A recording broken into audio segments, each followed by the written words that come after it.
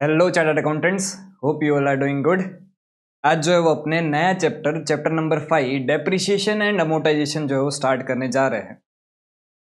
वैसे आपने ये चैप्टर ऑलरेडी जो है वो 11th-12th में पढ़ लिया होगा, पर तब 11th-12th में आपने जो है वो दो मेथड पढ़ी होगी, WD method and straight line method. ये सब कुछ क्या है? तो straight line method and return down value method अपने इसमें भी जो है वो बहुत डिटेल में पढ़ने वाले हैं, बट इसके साथ साथ आप और भी नई मेथड जो है वो इस चैप्टर में समझोगे। पर ये सारी बातें तो सब बाद की बातें हैं। सबसे पहले तो मैं एकदम बेसिक से स्टार्ट करूंगा कि भाई आपका डेप्रिसिएशन होता क्या है। तो सबसे पहली बात, अगर मैं बात करूं डेप्रिसिएशन की, डेप्रिसिएशन क्या है? फॉर एग्जाम्पल, आज मैं ये मोबाइल खरीद के लेके आया, ठीक है। अब ये मोबाइल जो है वो मुझे आज 30,000 रुपीज़ में पड़ा। अब कल को जाके 1 साल बाद मैं यही मोबाइल वापस वही दुकानदार को बेचने जाऊंगा जिससे मैंने ये मोबाइल खरीदा। तो क्या वो मुझे इस मोबाइल के पूरे पूरे 30,000 रुपये दे देगा क्या? नहीं ना। मैं उसको कितना भी बोल लूँ कि भाई मैं तेरे पास से ही 30,000 में खरीद के लेके गया था, अब तू 30,000 में वापस ले ले मेरे से, क्या वो आपको 30,000 रुपये वापस देगा इस चीज के? बिल्कुल नहीं देगा। क्यों नहीं देगा? क्योंकि ये अब जो है वो यूज्ड मोबाइल हो गया है। इसमें वेयर एंड टेयर, घसारा, इसमें वेयर एंड टायर लगा है, इसलिए इसका जो है वो आज कीमत 30,000 रुपये कोई भी नहीं देगा। क्योंकि नया मोबाइल अगर 30,000 रुपये मिल रहा है तो पुराना मोबाइल जो 1 साल यूज किया गया मोबाइल है उसके लिए तो कोई भी 30,000 रुपीज आपको नहीं देगा। लेट से वो 30,000 के आपको 1 साल बाद अगर आप बेचने जा रहे हो तो 20,000 या 15,000 रुपये दे देगा। तो ये जो डिफरेंस का अमाउंट उड़ गया हवा में, इसी को ही तो हम जो है वो क्या बोलते हैं, एप्रिसिएशन बोलते हैं। ठीक है। अब ये डेप्रिसिएशन क्यों चार्ज करना पड़ता है और ये हमें जो है वो थोड़ा थोड़ा करके क्यों पीएनएल अकाउंट में डालना पड़ता है, ये बहुत सारी चीज़ें कन्फ्यूजन्स होते हैं। इसको एक एक करके समझते हैं। अब अगर आपने जो है वो एक्रूअल कंसेप्ट पढ़ा होगा, एक्रूअल कंसेप्ट सबने पढ़ा है। हमने जो है वो फिजिक्स वाले लेक्चर में भी एक्रूअल कंसेप्ट बहुत अच्छे से डिस्कस किया था। एक्रूअल कंसेप्ट क्या बोलता है कि भी जो इवेंट जो साल में हो रहा है उसी साल में रिकॉर्ड होना चाहिए। जैसे कि फॉर एग्जांपल, दो एग्जांपल अगर मैं लूँ कि आप जो है वो सैलरी पे कर रहे हो, सैलरी पेमेंट का आपका सिस्टम किस तरह से कि अगर फॉर एग्जांपल जनवरी मंथ की सैलरी है तो उसको आप जो है वो पे कर रहे हो 5 फरवरी को। फरवरी मंथ की सैलरी है तो उसको आप जो है वो पे कर रहे हो कब? 5 मार्च को। मार्च मंथ की सैलरी जो है वो आप पे कर रहे हो कब? 5 अप्रैल को। तो इस तरह से जो है वो आपका सैलरी पेमेंट का सिस्टम है। अब ये जो मार्च की सैलरी है वो एक्चुअल में आपने पेमेंट कब किया? 5 अप्रैल को पेमेंट किया। लेकिन क्या आप पेमेंट बेसिस पे खर्चा बुक करते हो? नहीं। ये जो मार्च की सैलरी है वो एज ऑन 31 मार्च ही जो है वो बुक हो जानी चाहिए। इसको आप 5 अप्रैल को मतलब नेक्स्ट ईयर बुक नहीं करोगे। यही एक्रूअल कंसेप्ट बोलता है, क्योंकि आपने एम्प्लॉय से जो सर्विस ली है वो मार्च में ली है, आप उसको नेक्स्ट ईयर तो नहीं लेके जा सकते। अब एक और एग्जांपल अगर मैं इसका लूं तो फॉर एग्जांपल आपने 30 जून को 12,000 रुपये जो है वो इंश्योरेंस के पे कर दिए फॉर 1 ईयर। अब 12,000 रुपये इंश्योरेंस के पे किए आपने 1 साल के लिए, पर ये कब पे किया आपने? 30 जून को पे किए। तो भाई आपका साल तो जो है वो 31 मार्च को खत्म हो जाता है। तो 30 जून से अगर मैं 31 मार्च को जाऊं तो 30 जून से 31 मार्च, चलो साल तो ठीक ही है,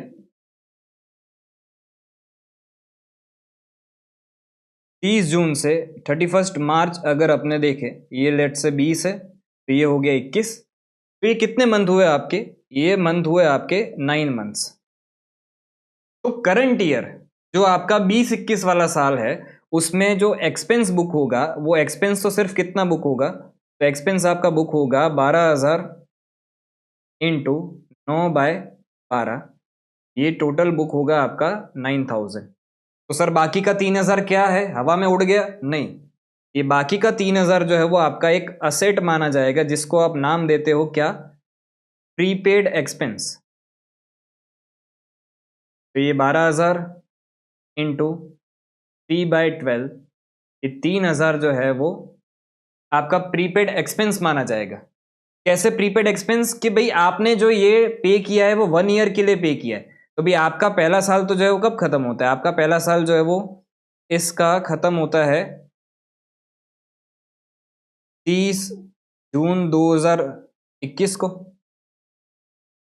तो 9 महीने तो जो है वो इस करंट ईयर में आ गए, लेकिन ये जो 3 महीने है जो नेक्स्ट ईयर आ रहे हैं, उसको आपको जो है प्रीपेड एक्सपेंस बुक करना पड़ता है। तो यही सारी चीजें जो है वो एक्रूअल कंसेप्ट बोलता है आपको। सर ये सारी चीजें क्यों समझा रहे हो, हमें तो डेप्रिसिएशन पढ़ना है, आप एक्रूअल कंसेप्ट लेके बैठ गए। बेटा डेप्रिसिएशन भी तो उसी के बेस पे है।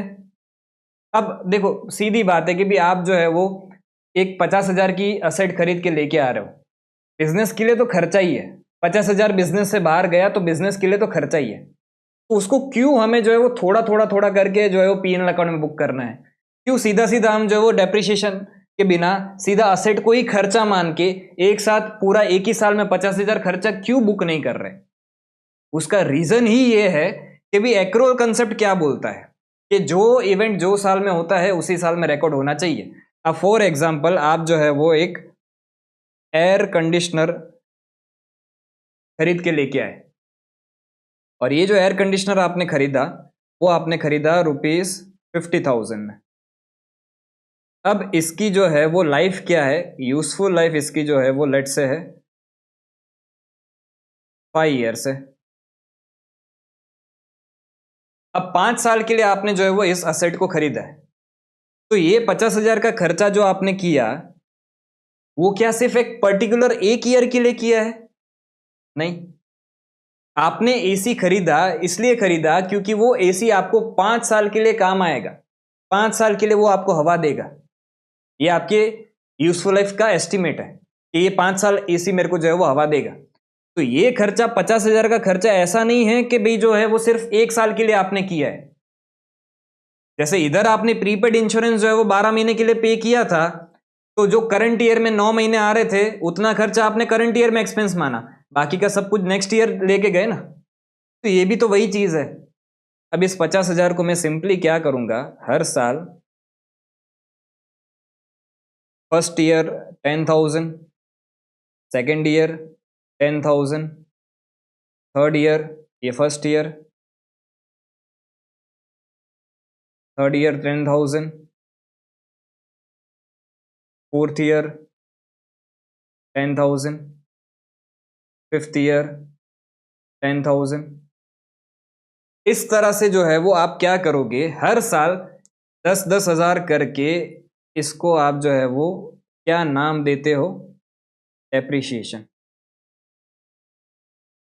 क्योंकि ये खर्चा 5 साल का है तो खर्चा over the period of 5 years जो है वो बुक होना चाहिए। तो अभी के लिए आपने इसको भी क्या बता दिया, एयर कंडीशनर को भी आपने जो है वो क्या बता दिया, असेट बता दिया।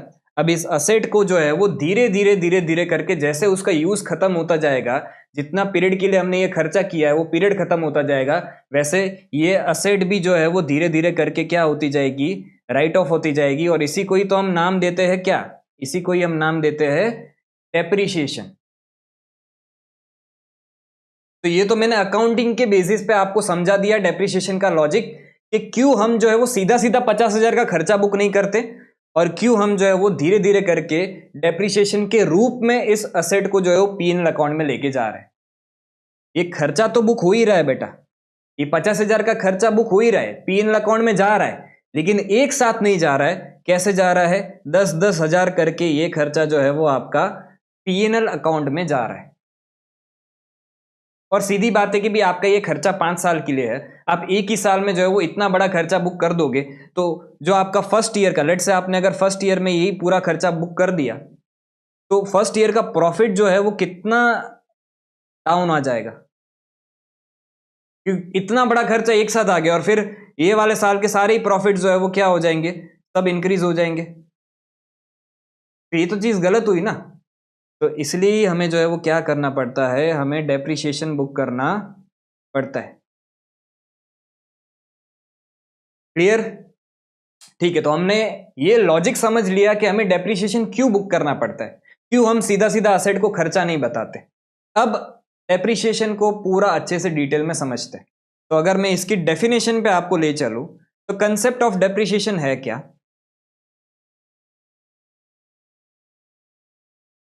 Depreciation means systematic allocation of depreciable value. अब ये एक वर्ड समझना, सिस्टमेटिक अलोकेशन ऑफ क्या है? Depreciable value of depreciable asset return of over the useful life. ये तीन वर्ड मैंने रेड से मार्क करके रखे, of depreciable assets irrespective of its actual use using appropriate method. ठीक है, डेप्रिसिएशन की डेफिनेशन हमने देख ली।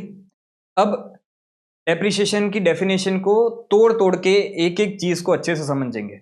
पहला वर्ड हमने क्या लिखा है यहाँ पे? Depreciable value. क्या होता है डेप्रिशिएबल वैल्यू? तो अच्छे से समझना, यहाँ पे डेप्रिशिएबल वैल्यू लिखा गया है purchase cost of asset plus direct expense minus scrap या रेसिडल वैल्यू। ये चीज क्या है समझना। अगर मैं यहाँ पे हेडिंग दे दूं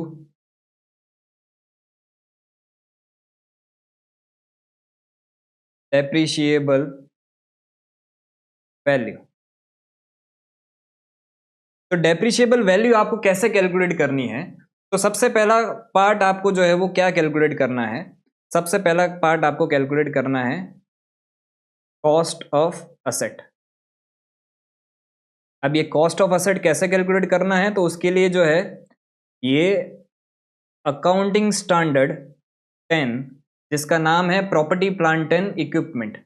अभी यहाँ पे अकाउंटिंग स्टैंडर्ड्स हमें नहीं पढ़ने हैं, बट ये बताता कौन है? तो ये accounting standard 10 property plant and equipment आपको जो है बताता है कि भी असेट की कॉस्ट कैसे कैलकुलेट करनी है अगर आप असेट को खरीद के लेके आ रहे हो। अच्छा, इसमें भी दो तरीके हो सकते हैं, एक आप असेट को खुद सेल्फ कंस्ट्रक्ट कर रहे हो, दूसरा आप असेट को खरीद के लेके आ रहे हो। सेल्फ कंस्ट्रक्शन आपका जो है वो सिलेबस में नहीं है, वो अकाउंटिंग स्टैंडर्ड 10 में आप जो है वो इंटर में अच्छे से पढ़ोगे। अभी तो जो है वो हम क्या पढ़ेंगे कि अगर आप असेट को खुद से खरीद के लेके आ रहे हो तो उस केस में आपको असेट की कॉस्ट कैसे कैलकुलेट करनी है। तो असेट की कॉस्ट कैलकुलेट करने के लिए सबसे पहला चीज आपको जो लेना पड़ता है वो लेना पड़ता है क्या? बेसिक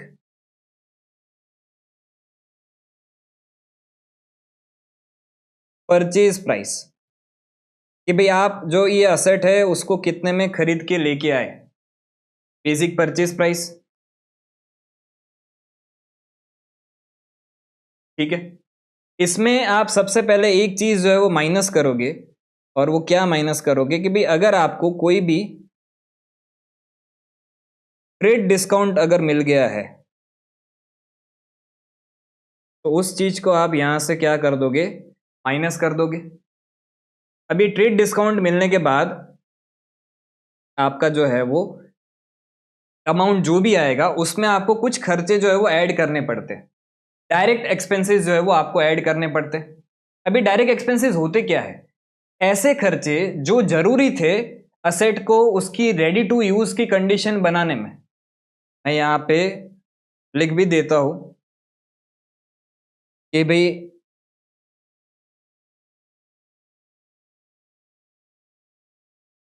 क्या होता है डायरेक्ट एक्सपेंसेस। तो डायरेक्ट एक्सपेंसेस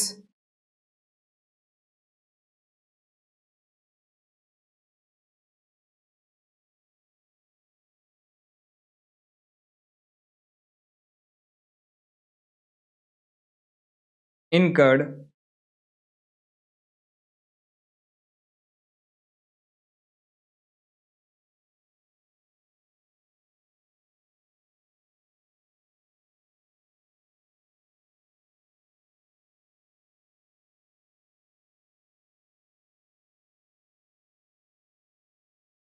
असेट को रेडी टू यूज तक बनाने तक के जो भी खर्चे आप है उसको आप क्या बोलते हो? डायरेक्ट एक्सपेंसेस बोलते हो।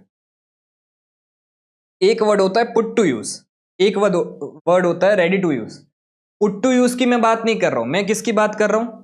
रेडी टू यूज तक की ही बात मैं कर रहा हूं यहां पे। तो क्या क्या एग्जाम्पल हो सकते हैं? फॉर एग्जाम्पल मैं एक एयर कंडीशनर लेके आ रहा हूँ, एसी लेके आ रहा हूँ, ठीक है। तो एसी को मुझे अपने घर तक लेके आने में कुछ खर्चा लगेगा? वो एसी ऐसा उड़ के तो नहीं आ जाएगा, उसको ट्रांसपोर्ट करने का कुछ खर्चा लग सकता है। तो यहाँ पे मैं जो है वो क्या करूँगा, ऐड कर दूंगा प्लस ट्रांसपोर्टेशन, या इसको बोल सकते हो आप क्या, फ्रेट एक्सपेंस। तो ये चीज़ आप जो है वो यहाँ पे ऐड कर दोगे, ठीक है। अच्छा, इसके भी पहले एक और चीज़ आपकी आती है, तो मैं थोड़ा नीचे ले जाता हूँ। इसके भी पहले एक और चीज़ आपकी जो इंपॉर्टेंट आती है वो क्या, कि आपको जो है वो ऐड करना पड़ता है ड्यूटीज एंड टैक्सेस, अगर वो क्या है, अगर वो नॉन रिफंडेबल है, तो उसको आपको जो है वो क्या करना पड़ता है, ऐड करना पड़ता है। अब यहाँ पे वर्ड मैंने क्या लिखा है, नॉन रिफंडेबल। अगर आप जीएसटी पे कर रहे हो, अगर आप कस्टम ड्यूटी पे कर रहे हो, कोई भी तरह से अगर आपको वो टैक्स रिटर्न मिल रहा है, फॉर एग्जांपल जीएसटी पे कर रहे हो और जीएसटी की आपको इनपुट टैक्स क्रेडिट मिल रही है, तो वो रिफंडेबल टैक्सेस हो गया, तो वो आप यहां पे ऐड नहीं करोगे। लेकिन अगर आपको जीएसटी की इनपुट क्रेडिट नहीं मिल रही है, तो वो केस बन गया कौन सा, नॉन रिफंडेबल का, तो उसको आप यहां पे ऐड कर दोगे, ट्रांसपोर्टेशन एंड फ्रेट एक्सपेंस। और फिर यहां पे आप जो है वो ऐड कर दोगे क्या, other directly attributable expense to make asset ready to use. तो ये अगर आप सब कुछ ऐड कर दोगे, तो उसके बाद आपको जो है वो यहाँ पे मिल जाएगा क्या, cost of asset.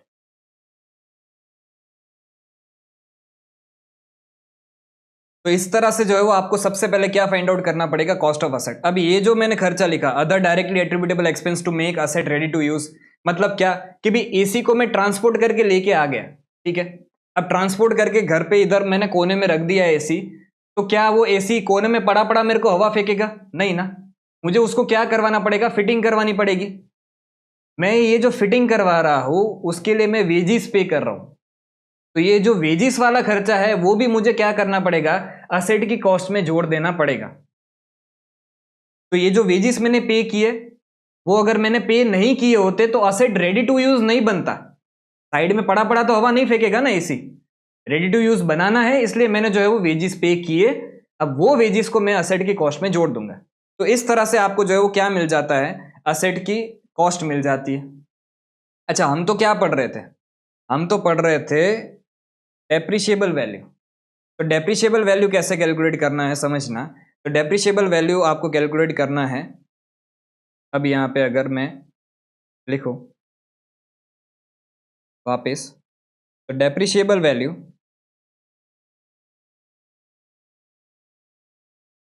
Equal to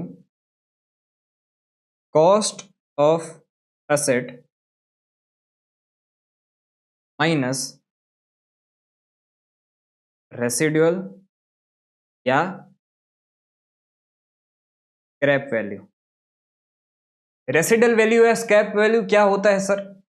residual value या स्क्रैप वैल्यू मतलब क्या, कि असेट का यूज आपका खत्म हो गया। फॉर एग्जांपल 5 साल के लिए मैं असेट को खरीद के लेके आया था, एसी खरीद के लेके आया था, 5 साल बाद अगर मैं इसको बेचने जाऊंगा असेट को, तो मुझे कुछ तो दाम मिलेगा ना। ऐसा तो है नहीं कि बिसाओ कबाड़ी में ही जाएगा, कबाड़ी में जाएगा तो रेसिडुअल वैल्यू जीरो हो जाएगी। लेकिन अगर मैं 5 साल बाद एसी को बेचने जाऊंगा तो मुझे कुछ तो अमाउंट मिलेगा। ये जो थोड़ा बहुत अमाउंट आपको मिलेगा, ये अमाउंट जो है उसको आप बोलते हो रेसिडुअल वैल्यू या स्क्रैप वैल्यू, इसको सैल्वेज वैल्यू भी आप बोल सकते हो।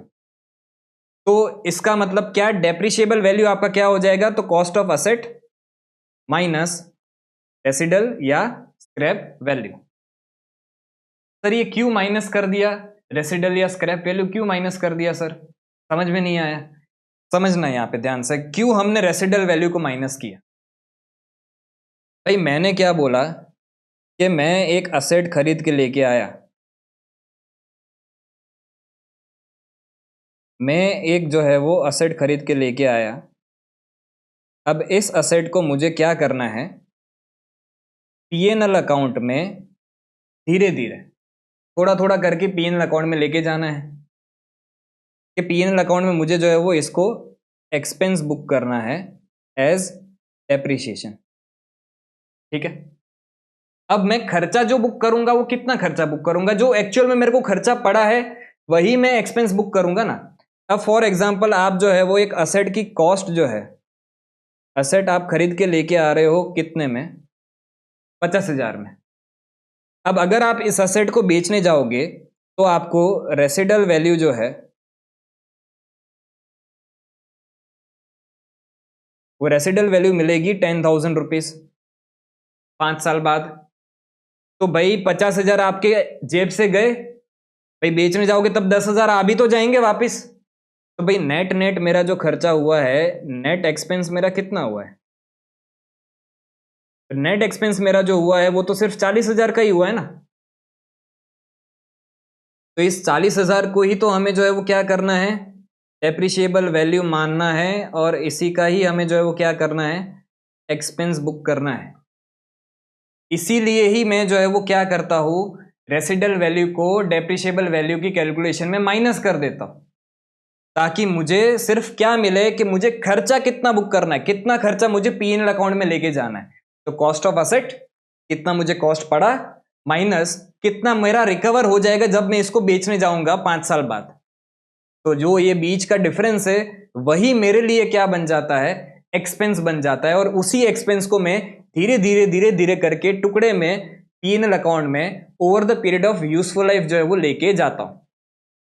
क्लियर? आई होप आपको जो है वो डेप्रिशिएबल वैल्यू अच्छे से क्लियर हो गई होगी।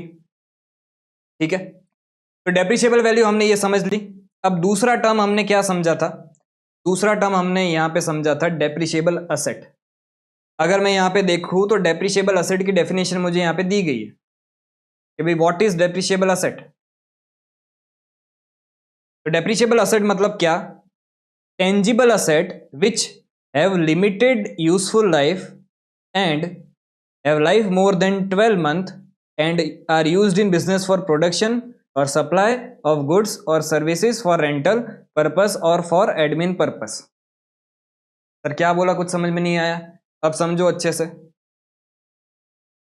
कि डेप्रिशिएबल असेट क्या होता है।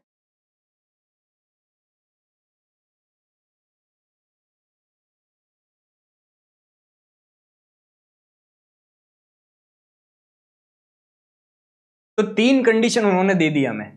पहली कंडीशन क्या, पहली कंडीशन ये है कि भी उसकी लिमिटेड लाइफ होनी चाहिए। इसको मैं चलो लास्ट में रखता हूं, पहले ये कंडीशन 2 देख लेते हैं। भी life should be more than 12 month। तो पहली कंडीशन, इधर मैं कुछ बनाता हूं table, particulars, life should be more than 12 months। ठीक है, दूसरी कंडीशन क्या है कि भी वो बिजनेस में और उसमें काम आना चाहिए, पर उसके पहले ये लिमिटेड लाइफ वाली कंडीशन लिख देते हैं, लिमिटेड लाइफ। और तीसरी कंडीशन क्या थी, यूज्ड इन बिजनेस। अब वो कैसे भी यूज हो सकता है, प्रोडक्शन के लिए भी यूज हो सकता है, सप्लाई ऑफ गुड्स के लिए भी यूज हो सकता है, सर्विस के लिए भी यूज हो सकता है, रेंटल पर्पस के लिए भी यूज हो सकता है, एडमिन पर्पस के लिए भी यूज हो सकता है। कोई भी तरह से अगर आपको वो बिजनेस में काम आ रहा है, मतलब वो आपका असेट की कंडीशन एक सेटिस्फाई कर रहे हैं। ठीक है, तो हम पूछ क्या रहे, वेदर डेप्रिशिएबल असेट, क्वेश्चन में क्या ये जो है वो आपका डेप्रिशिएबल असेट माना जाएगा। तो अगर इसको देखें वन बाय वन, तो थोड़ा सा खिसका देते इधर।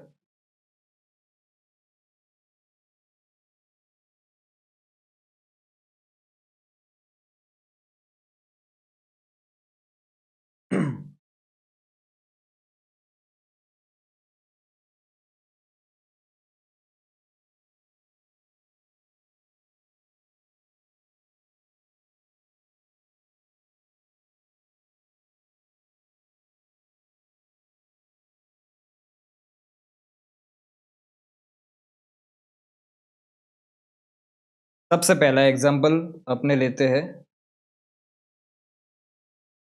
कार का। कार क्या आपकी जो है वो डेप्रिशिएबल असेट मानी जाती है? तो कार जो है उसकी लाइफ जो है वो मोर देन 12 मंथ है। हाँ है, तो इधर यस लिख देते हैं। क्या कार की लिमिटेड लाइफ है? बिल्कुल है। टार्जन द वंडर कार थोड़ी ना है। टार्जन होती तो अभी बोल देते कि भाई इसकी लाइफ जो अनलिमिटेड है। अजय देवगन भूत भूत बन के कार को हर बार जो है वो तोड़ फोड़ के सही कर देता था। पर ये तो टार्जन कार तो है नहीं, नॉर्मल कार है। तो इसकी लाइफ भी जो है वो क्या है, लिमिटेड है। अच्छा, क्या हम इसको बिजनेस में यूज कर सकते हैं? हाँ, हमने बिजनेस के लिए अगर खरीदी है तो बिजनेस में यूज कर रहे, तो ये यस। अगर ये तीनों ही कंडीशन सेटिस्फाई हो रही है तो उस केस में आप असेट को जो है वो डेप्रिशिएबल असेट बोलोगे। तो ये जो है वो वेदर डेप्रिशिएबल असेट, तो हाँ यस, ये जो है वो डेप्रिशिएबल असेट है। ठीक है। अब सेकंड एग्जांपल अगर हम ले तो कार फॉर रेंटल। भाई आपने जो है वो रेंट पे दे दी है कार अपनी, तो क्या आपकी कार की लाइफ जो है 12 महीने से ज्यादा है? यस, 12 महीने से ज्यादा है। क्या उसकी लाइफ जो है वो लिमिटेड है? यस, लाइफ भी जो है वो लिमिटेड है। अच्छा, क्या रेंटल जो है वो इसमें कवर्ड हो रहा है क्या? देखो यहाँ पे, अगर आप रेंटल पर्पस के लिए भी दे रहे हो तो भी आपका जो है वो ये असेट ही माना जाएगा। तो इधर भी मैं जो है वो यस कर देता हूं, और इसी के साथ ये भी जो है वो क्या हो जाएगा, डेप्रिशिएबल असेट हो जाएगा। ठीक है। तीसरा एग्जांपल अगर मैं लूं तो तीसरा एग्जांपल आपका बन जाता है किस चीज का? जमीन, लैंड।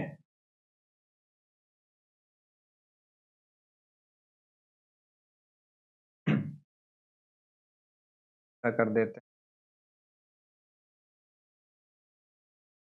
लैंड क्या आपका जो है वो डेप्रिशिएबल असेट माना जाएगा कि नहीं माना जाएगा? तो यहाँ पे अगर आप देखोगे तो क्या लाइफ जमीन की जो है 12 महीने से ज्यादा है? बिल्कुल, तो इधर मैं यस कर देता हूँ। अच्छा, क्या उसकी लिमिटेड लाइफ है क्या? यहाँ पे आ जाएगा नो, लिमिटेड लाइफ नहीं है। ठीक है, बिजनेस में यूज हो सकता है, तो इधर यस कर देता हूँ। बट अगर तीनों में से कोई भी कंडीशन एक भी सेटिस्फाई नहीं हुई तो वो डेप्रिशिएबल असेट नहीं माना जाएगा। तीनों की तीनों कंडीशन सेटिस्फाई होनी चाहिए, तभी जाके वो जो है वो क्या माना जाएगा, डेप्रिशिएबल असेट माना जाएगा। यहाँ पे देखो एंड लिखा गया है, मतलब तीनों कंडीशन सेटिस्फाई होनी चाहिए, और नहीं है। और होता तो कोई भी एक हो जाती तो चल जाता, लेकिन तीनों कंडीशन जो है वो आपकी सेटिस्फाई होनी चाहिए, तभी आप उसको क्या बोल पाओगे, डेप्रिशिएबल असेट बोल पाओगे।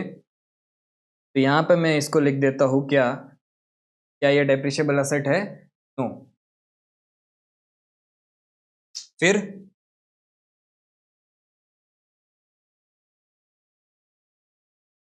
गोल्ड। अच्छा, क्या गोल्ड की लाइफ जो है वो 12 महीने से ज्यादा है? यस। अच्छा, क्या गोल्ड की लिमिटेड लाइफ है? यस, गोल्ड की लिमिटेड लाइफ ही है। वो खराब हो सकता है, पूरा हो सकता है, खत्म हो सकता है। लेकिन क्या वो बिजनेस में आपको काम आ रहा है क्या? प्रोडक्शन में, सप्लाई ऑफ गुड्स में, या उसमें कहीं पे काम आ रहा है क्या आपको? रेंटल में, सर्विस देने में, एडमिन पर्पस में काम आ रहा है? नहीं ना। तो इधर जो है वो क्या हो जाएगा, इधर इधर इसका जो है वो नो आ जाएगा। इसलिए ये डेप्रिशिएबल असेट जो है वो नहीं माना जाएगा। आप बोलोगे सर हम गोल्ड बेच के पैसा तो कमा सकते हैं, तो बिजनेस में काम आ सकता है ना। बेटा, गोल्ड बेच के अगर आपको पैसा कमा रहे हो आप, तो एक तो वो जो है वो आप उसको दो तरह से ले सकते हो। एक, या तो आपने गोल्ड में इन्वेस्टमेंट किया है और उसको आप बेच के जो है वो पैसा कमा रहे हो, तो अगर आप इन्वेस्टमेंट उसको कर रहे हो तो वो डेप्रिशिएबल असेट में नहीं माना जाएगा, वो क्या माना जाएगा, इन्वेस्टमेंट माना जाएगा। लेकिन अगर गोल्ड आपने खरीदा ही इसलिए है कि आप उसको बेच के पैसा कमा सको, तो वो आपकी इन्वेंट्री बन जाएगी, स्टॉक बन जाएगा, वो डेप्रिशिएबल असेट तो नहीं बनेगा। तो इसलिए जो है वो गोल्ड आपका डेप्रिशिएबल असेट नहीं माना जाएगा। आई होप आपको डेप्रिशिएबल असेट जो है वो क्या है वो अच्छे से क्लियर हो गया होगा। ठीक है। अब तीसरा टर्म हमारा क्या था? तीसरा टर्म हमने पढ़ा था यूजफुल लाइफ। ये यूजफुल लाइफ क्या होता है?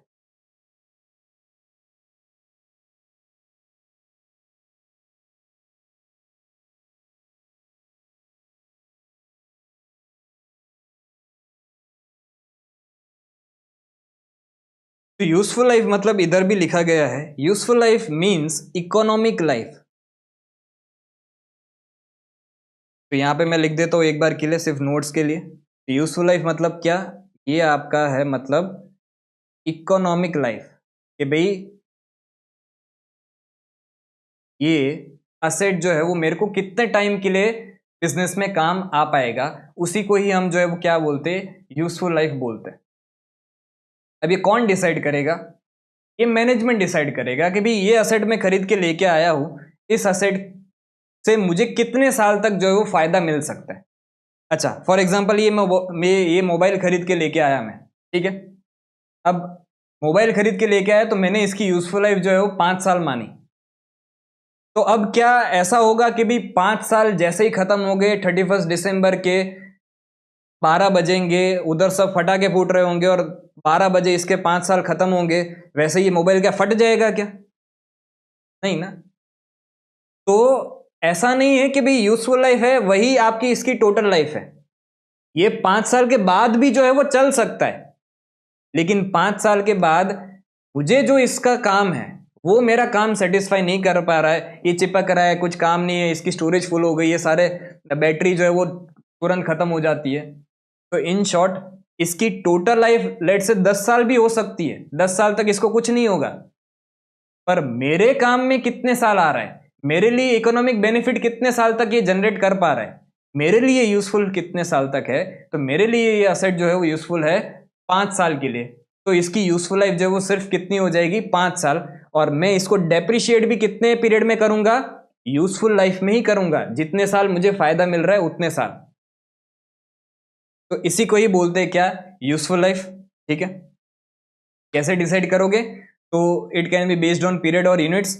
Useful life it estimated by management by considering factors like technological advancement, physical wear and tear, predetermined by legal और कॉन्ट्रेक्चुअल लिमिट्स। ये सारे तरीके हैं, पैरामीटर से आप इसको ध्यान में रख के जो है वो यूजफुल लाइफ डिसाइड कर सकते हो। अब हमने ये 3 वर्ड समझ लिए, वापिस जो है वो डेप्रिसिएशन की डेफिनेशन को अच्छे से एक बार वापिस पढ़ते हैं।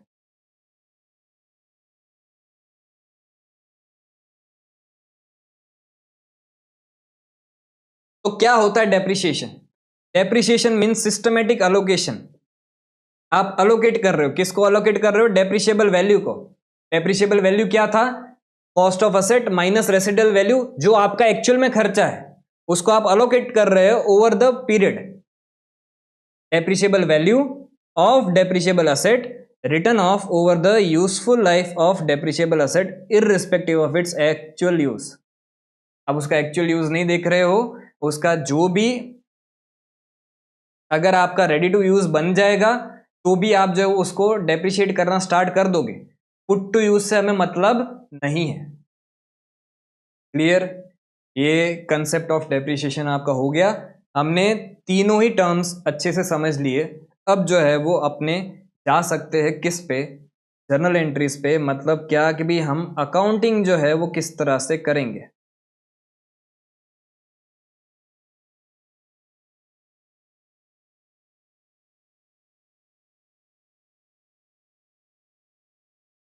क्लियर? ठीक है।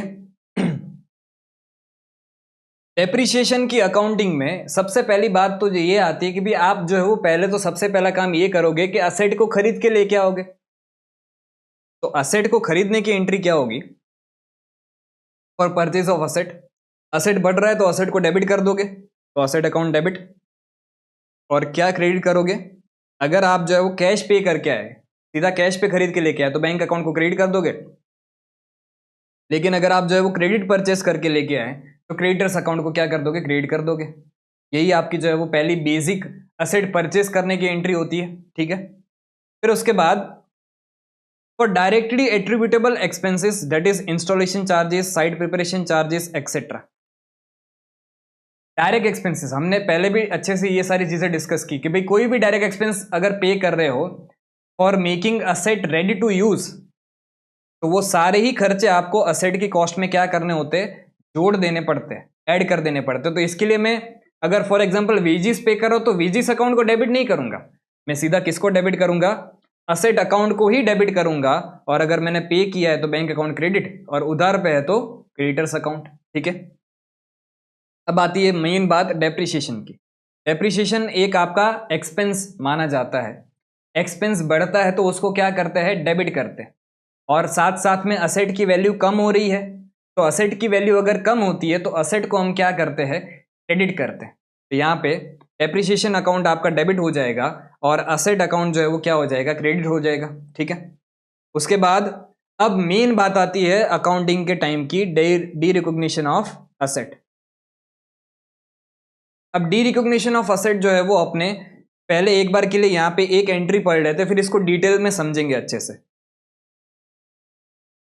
Charge depreciation up to the date of derecognition, entries for derecognition in case of sale of asset. सबसे पहले ये सेल ऑफ असेट वाला केस समझ लेते एग्जाम्पल के साथ, फिर जो है वो अपने आगे बढ़ेंगे। तो यहां पे अगर मैं एग्जाम्पल लिख दूं,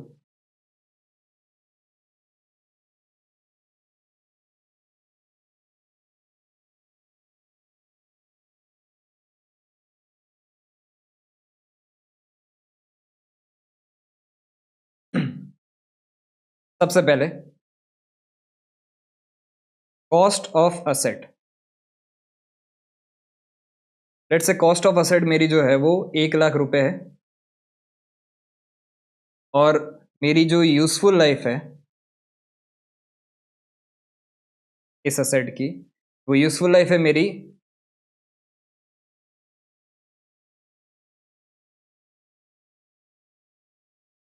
5 ईयर्स और इसकी रेसिडल वैल्यू जो है,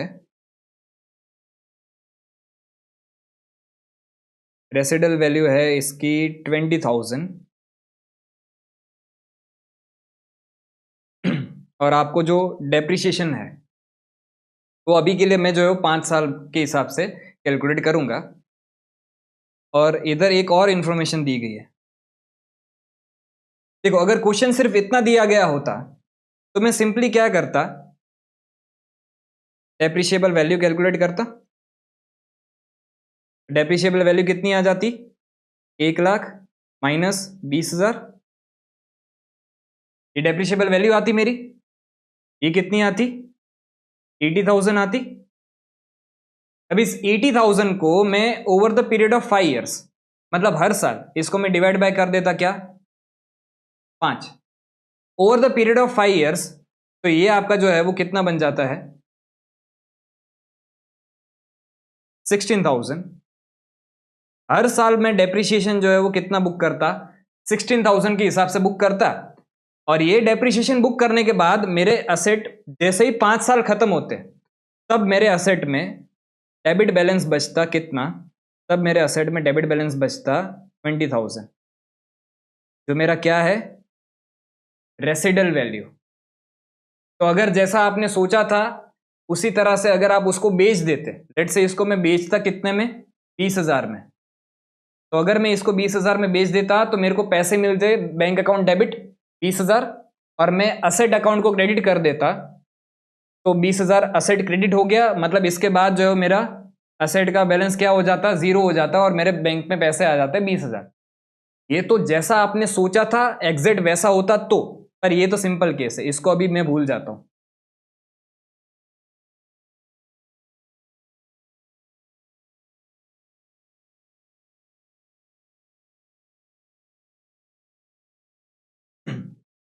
अब इसमें थोड़ा सा जो है वो एक और चीज ऐड करते हैं। क्या ऐड करेंगे, तो asset sold at the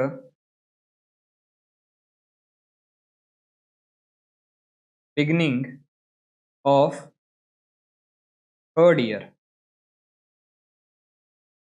third year की स्टार्टिंग में आपने जो है वो असेट को क्या कर दिया, बेच दिया। तो इस केस में आपकी अकाउंटिंग जो है वो किस तरह से होती, तो मैं ईयर वाइज सारी अकाउंटिंग करूंगा, 3 साल की अकाउंटिंग मैं करूंगा। ठीक है। तो इधर मैं लिख दूं आंसर, वही एग्जाम्पल का आंसर। सबसे पहले अगर हम बात करें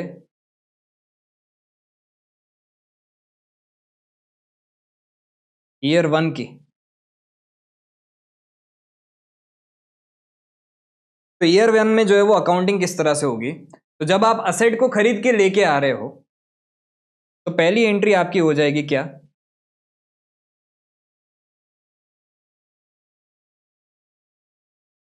आप एंट्री करोगे क्या, असेट अकाउंट को डेबिट करोगे।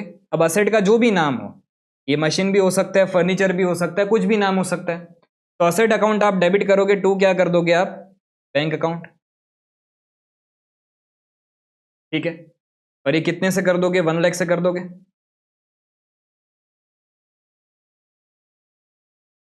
उसके बाद सेकंड,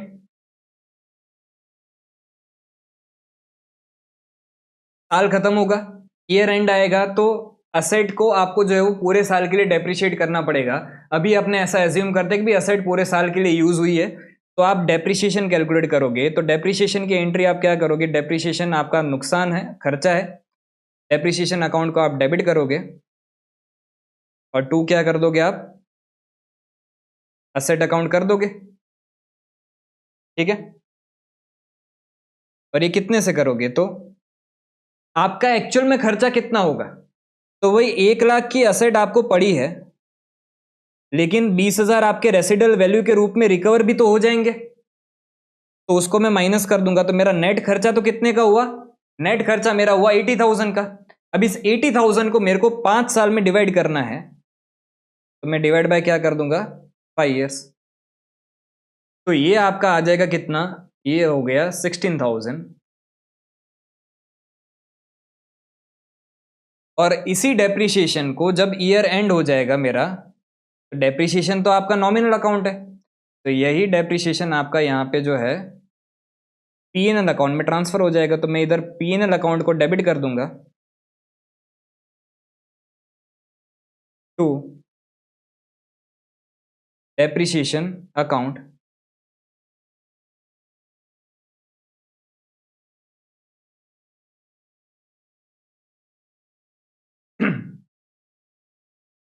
तो इससे हुआ क्या, डेप्रिसिएशन एक अकाउंट आपने ओपन किया तो उसको क्लोज कर दिया ईयर एंड पे पीएनएल अकाउंट में, तो डेप्रिसिएशन तो जीरो हो गया। अब असेट की जो वैल्यू यहां पे डेबिट हुई थी, यहां पे आपने जो है वो असेट को डेबिट किया था, कितने से डेबिट किया था, 1 लाख से डेबिट किया था। अब यही 1 लाख यहां पे जाके जो है वो 16,000 से क्या हुआ, क्रेडिट हुआ, तो असेट की वैल्यू जो है वो अब बुक्स ऑफ अकाउंट में कितनी दिख रही होगी, 1 लाख माइनस 16,000। ठीक है, तो ये आपका जो है वो 84,000 से दिख रहा होगा। ओके, तो इससे आपका जो है वो पहला साल तो खत्म होता है। अब स्टार्ट होगा आपका कौन सा, ईयर 2। ईयर 2 में आप क्या वापस असेट को खरीद रहे हो क्या, तो ये पहली एंट्री तो ईयर 2 में नहीं होगी ना, ये पहली एंट्री ईयर 2 में नहीं होगी, क्योंकि आप असेट को वापस खरीद नहीं रहे हो। तो सर कौन सी एंट्री होगी, तो ये जो दो एंट्री हमने की थी, ये वापस दोनों ही एंट्री जो है वो आपकी ईयर 2 में भी same to same copy paste हो जाएगी।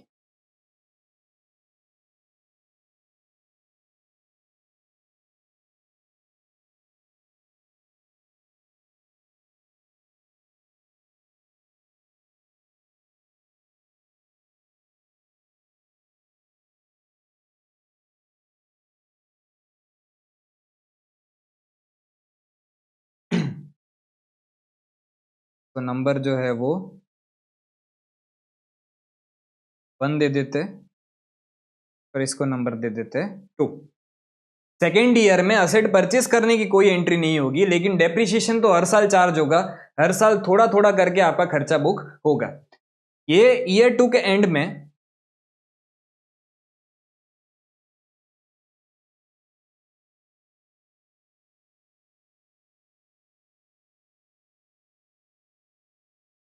ईयर 2 के एंड में अगर मैं देखूं, तो असेट का बैलेंस कितना बचेगा ईयर 2 की एंट्रीज करने के बाद, तो असेट का यहां पे बैलेंस जो बचेगा वो बचेगा 1 लाख माइनस 16,000। 2 बार आपने डेप्रिसिएशन चार्ज किया, तो 16,000 इंटू 2, तो ये हो गया आपका 32,000। तो ये कितना बच गया आपका, 68,000। तो 68,000 जो है वो आपका असेट का डेबिट बैलेंस अभी भी बुक्स ऑफ अकाउंट में है, ठीक है। और ये असेट को जो है वो अपने बेच रहे, asset sold at the beginning of third year for rupees let's say 75,000।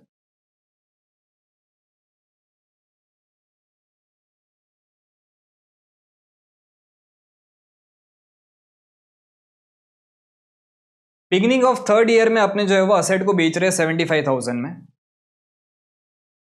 तो इसको थोड़ा सा और ट्विस्ट करते, रुको, बिगिनिंग नहीं रखते इसको,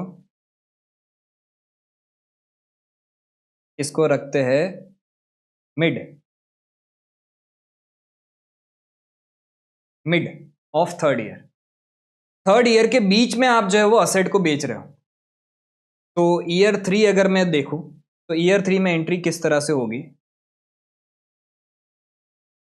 तो एक चीज जो है वो कसम खा लो, खा रहे हो ना कसम अपनी, या मेरी नहीं खाना, अपनी कसम खा के बोलो कि कभी भी हम असेट को बुक्स ऑफ अकाउंट से निकालेंगे, असेट को बुक्स ऑफ अकाउंट से डी रिकॉग्नाइज करेंगे। तो सबसे पहला काम हम ये करेंगे कि भी असेट जिस दिन डी रिकॉग्नाइज कर रहे हैं उस दिन तक का पहले डेप्रिसिएशन लगाएंगे। खाई कसम? नहीं खाई हो तो पहले खा लो कसम कि जिस दिन असेट को डी रिकॉग्नाइज करोगे, बुक्स ऑफ अकाउंट से निकालोगे, पहला काम ये करोगे कि भी असेट को उस दिन तक क्या कर दो, डेप्रिशिएट कर दो। तो यहां पे असेट को मैं पहले क्या करूंगा, उस दिन तक डेप्रिशिएट कर दूंगा। तो मेरी एंट्री बन जाएगी क्या, depreciation account debit to asset account. और लेट्स से ये मिड ऑफ द ईयर मैं बेच रहा हूं, तो 6 महीने बाद मैं बेच रहा हूं, मिड बोला इसलिए मेरा डेप्रिसिएशन जो है वो कितना लग जाएगा, तो 1 lakh minus 80,000, sorry 1 lakh minus 20,000 divide by 5 years. और ये जो अमाउंट निकल के आ गया इसको मैं 6/12 करूंगा, क्योंकि मुझे सिर्फ 6 महीने का ही डेप्रिसिएशन लगाना है, जो मेरा बन जाता है कितना, 8,000। तो ये करने के बाद 8,000 डेप्रिसिएशन चार्ज करने के बाद आपकी असेट की जो वैल्यू है वो पहुंच गई कितने पे, तो असेट का बैलेंस अब इधर जो है वो पहुंच गया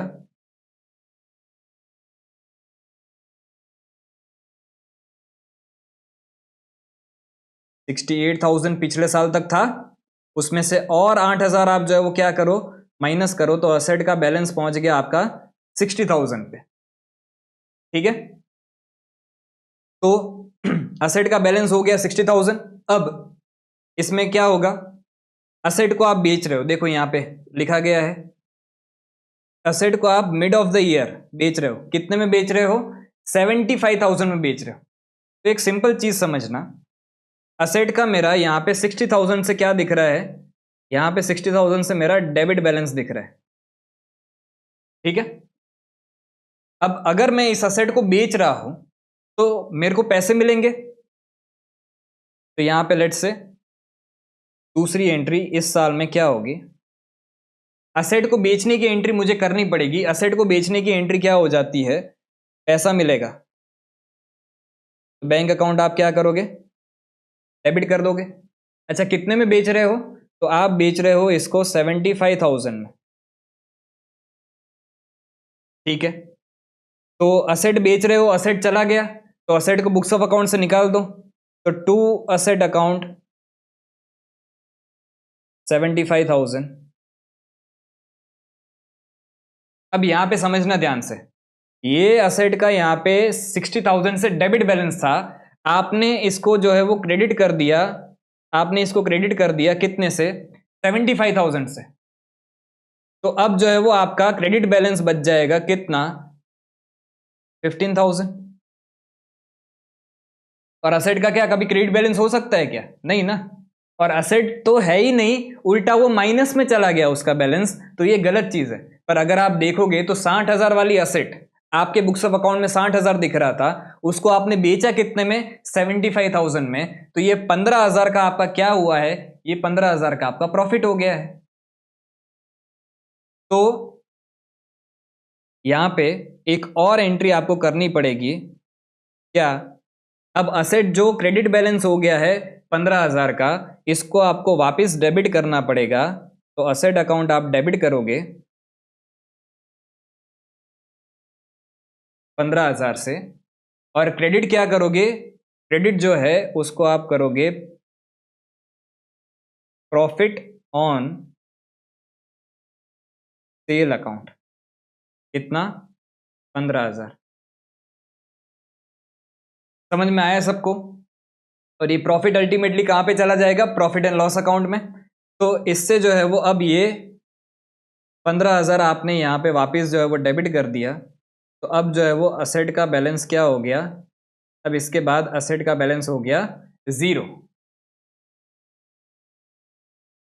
इस तरह से जो है वो सेल की एंट्री होती है। अब इसकी मर्ज एंट्री भी मैं कर सकता था। मर्ज एंट्री क्या कर सकता था? और करके अगर मैं लिखूं,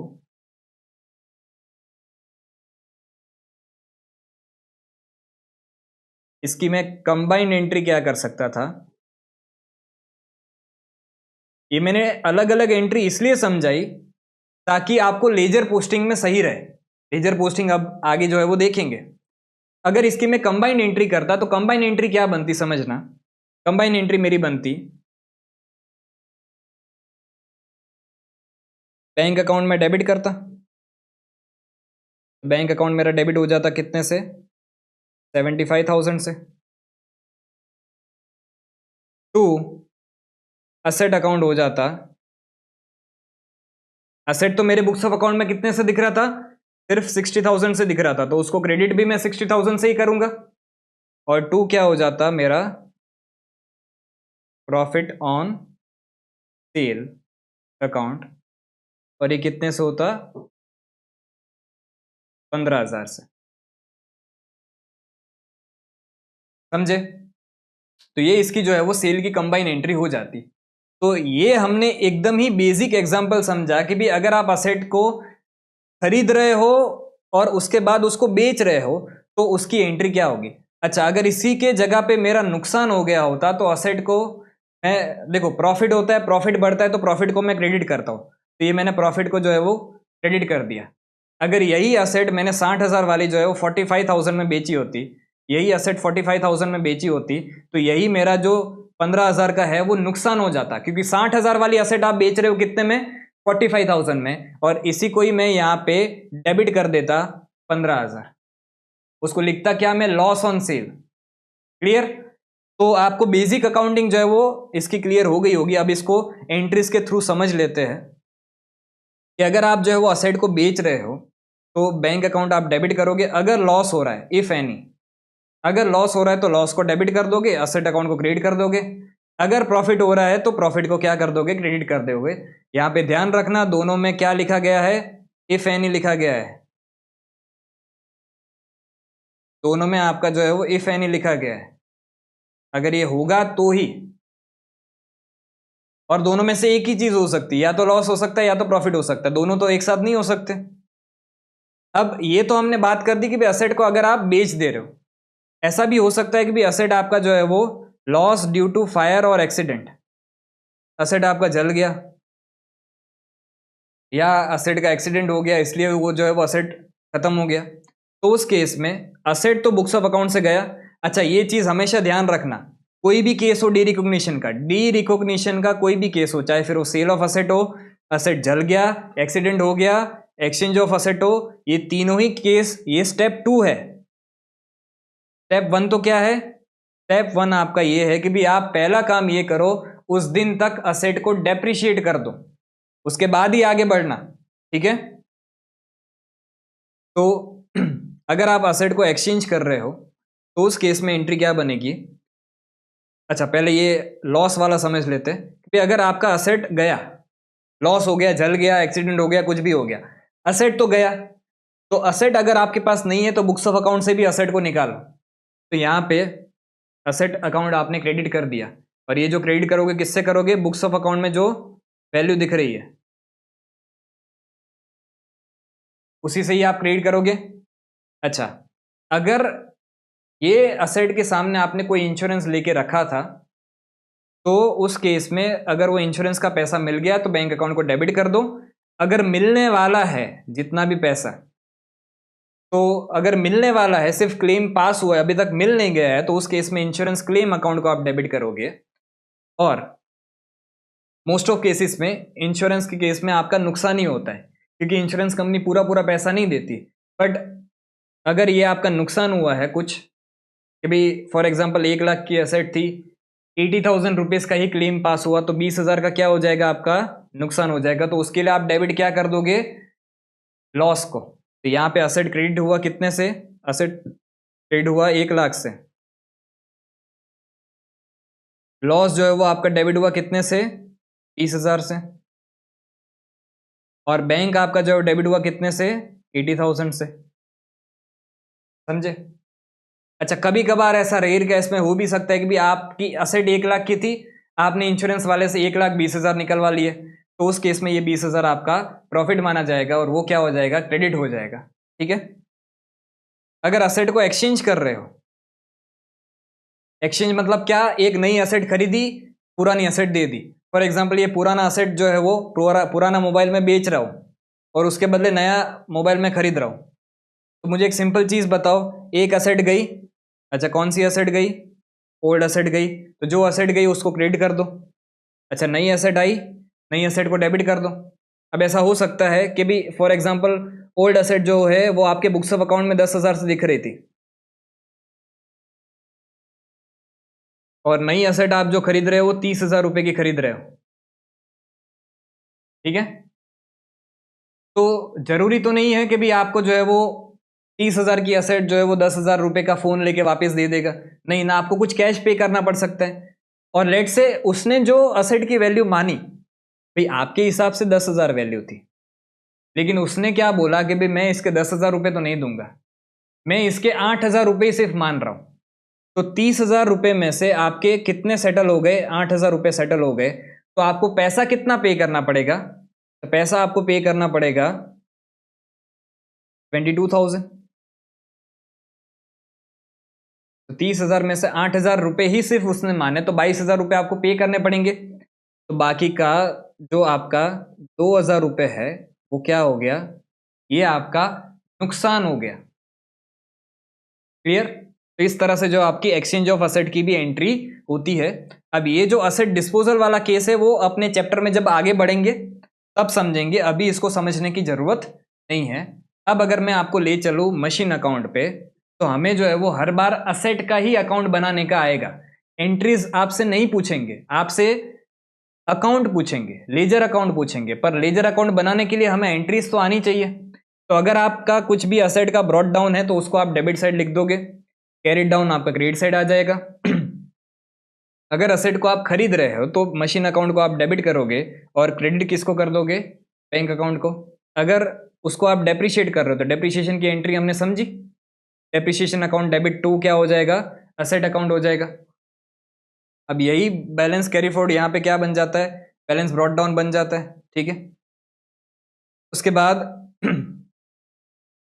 अगर आपने वापस कोई एसेट खरीदी तो वापस आपने मशीन अकाउंट को डेबिट किया और बैंक अकाउंट को क्रेडिट कर दिया। डेप्रिसिएशन चार्ज करने की एंट्री किया, depreciation account debit to machine account. अगर आप असेट को बेच रहे हो तो बैंक अकाउंट को आप डेबिट करोगे, असेट अकाउंट को आप क्रेडिट करोगे। अगर बेचते टाइम आपका प्रॉफिट हो रहा है तो प्रॉफिट को आप क्रेडिट करते थे, तो ये मैंने क्रेडिट किया प्रॉफिट को, और डेबिट किसको कर दिया, असेट अकाउंट को। अगर लॉस हो रहा है आपका बेचते टाइम तो उसको आप लॉस को क्या करोगे, डेबिट करोगे, और असेट को क्या करोगे, क्रेडिट करोगे। इस तरह से जो है वो आपका मशीन अकाउंट बनेगा। हमने एंट्रीज से भी सारी चीज़ें समझ ली, प्रैक्टिकली सारी चीज़ें समझ ली, डेप्रिसिएशन क्या होता है सब कुछ वो समझ लिया। तो कंसेप्ट तो हमारा सारा ही जो है वो यहाँ पे कवर हो गया। अब जो है वो नेक्स्ट लेक्चर से हमें क्या करना है, नेक्स्ट लेक्चर से हमें पढ़ने हैं मेथड ऑफ प्रोवाइडिंग डेप्रिसिएशन। उसमें सबसे पहला मेथड आपका स्टार्ट किया जाएगा स्ट्रेट लाइन मेथड। हमें कितने मेथड्स पढ़ने हैं टोटल, आपके जो है वो यहाँ पे दिए गए हैं, टोटल 6 मेथड्स आपको दिए गए हैं। ये सारी मेथड्स हम जो पढ़ेंगे और उसके 1 बाय 1 सारे ही जो है वो अपने क्वेश्चन सॉल्व करते जाएंगे। क्लियर? तो आज के लेक्चर को मैं यहाँ पे ही कंप्लीट करता हूँ। हमने सारे ही कंसेप्ट जो है वो समझ लिए, वैसे खत्म नहीं हो गए कंसेप्ट, अभी इस चैप्टर में तो बहुत सारे कंसेप्ट आएंगे, धीरे धीरे करके सारे कंसेप्ट आएंगे, बट बेसिक कंसेप्ट आपके जो है वो यहाँ पे खत्म होते हैं। आई होप आपको सब कुछ समझ में आ गया होगा। कोई भी डाउट हो तो कमेंट सेक्शन में आप मुझसे पूछ सकते हो। ठीक है, तो आज के लिए इतना ही। Thank you.